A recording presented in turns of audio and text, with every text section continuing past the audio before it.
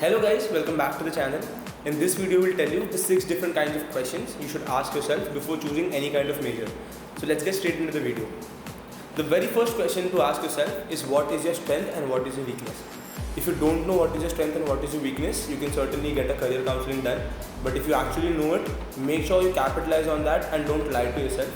If you think there are certain things which are weaker in you, you can of course work on that. But if you actually know what your strengths are, make sure you choose a degree which is aligning with that so that you can actually excel over there and actually transform your career into something which is actually valuable to you and to your company. The next very important question is what do you enjoy doing? So when it comes to enjoy doing, it should not be your hobby, for example, or something you enjoy doing in your leisure time. Because sometimes what happens is that people try to convert their hobbies into careers. A lot of people suggest you to do that, but that is not the way to go. A lot of internet influencers, for example, who are actually working in their hobbies, is something that has happened by chance. They just tried and they kept doing their hobby and they eventually turned out to become that career for themselves. But for you, if you try to convert your hobby directly into a job, it would be very, very difficult to do that. And eventually, as time passes, if you don't get the results out of it, you'll start feeling demotivated and your hobby will no more be your hobby as well. So make sure your likings are according to your academic likings and not according to what you like to do in your leisure time. This is a very important tip for you. The next thing to ask yourself is what values you stand for. So if your values say that you are a people's person, if you love to be around people, you love to add value to them, a managerial position would be a good position for you to go for. But if your values are somewhere lying between you being an introvert and not wanting to talk to many people, stay in your own bubble, a desk job or a technical job might be something you can easily go for, and that might be very, very helpful to your personality as well. So make sure you weigh your things accordingly. The next very important question you have to ask yourself is where do you see yourself after 5 years? So we actually make a lot of fun of this question that HRs ask this question, it's such a funny question and whatnot.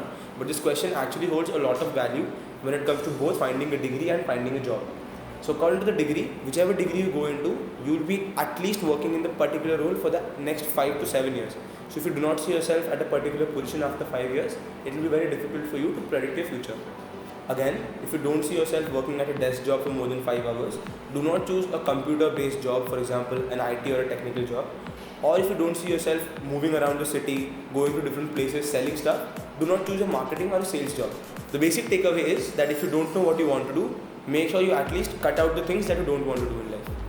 Another very important thing is to ask yourself how much you want to get paid. So of course everyone wants to get paid the highest amount, but not everyone wants to do a job which they would be paid higher for. What I mean by that is actually working for a job which actually pays you enough where you're doing things which you love, rather than working for a job which pays you very highly but all the 8 hours that you're working for, you're very stressed, you're very demotivated and you're not liking the job. Your mental health is the most important. So how much you get paid for should also have a metric as to what kind of work you're doing and how much you're getting paid accordingly. Not just by the raw salary that you're getting. Make sure you do this because this will be very, very helpful in the long term. Last but not the least guys, ask yourself the question about what kind of universities you have on the radar. What I mean by that is not to actually look for big brand names like for example London Business School, the Ivy Leagues like Harvard, then colleges like Stanford and whatnot. Do not just look for these brand names, but make sure what you want to do in your career is aligning with the kind of university you want to go to. If you want to go in the field of business, of course, choosing London Business School is a great option, or probably Harvard, Stanford and whatnot. But if you want to go for something which is more research based, make sure that research aspect of the thing is aligned to your college. A lot of times what happens is, big colleges, just because they have great brand names, tend to get students, but these students then find out that these colleges do not really provide the thing that they wanted to get into. Some other college, which is probably not as reputed as these colleges are, might provide you with much more value as compared to these colleges just because it has better advantages in that particular sector. So make sure you weigh up both of these things and understand what you want to do and where you want to go accordingly. So this was it for the video guys. These were the 6 questions you have to ask yourself. If you ask yourself these questions and are 100% honest with the answers, I'm sure you'll be able to find the best course and the best college for yourself. This will be very, very easy for you if you just be honest with yourself. That's it. So if you have any other questions, you can of course let us know in the comment section given below as well.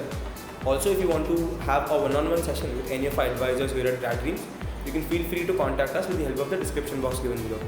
If you're liking the content guys, do not forget to give this video a thumbs up as well. Share this video with someone you think might find it helpful. And also do not forget to subscribe to the channel if you don't want to miss out on such valuable content. Thank you so much for watching the video guys. We'll see you in the next one.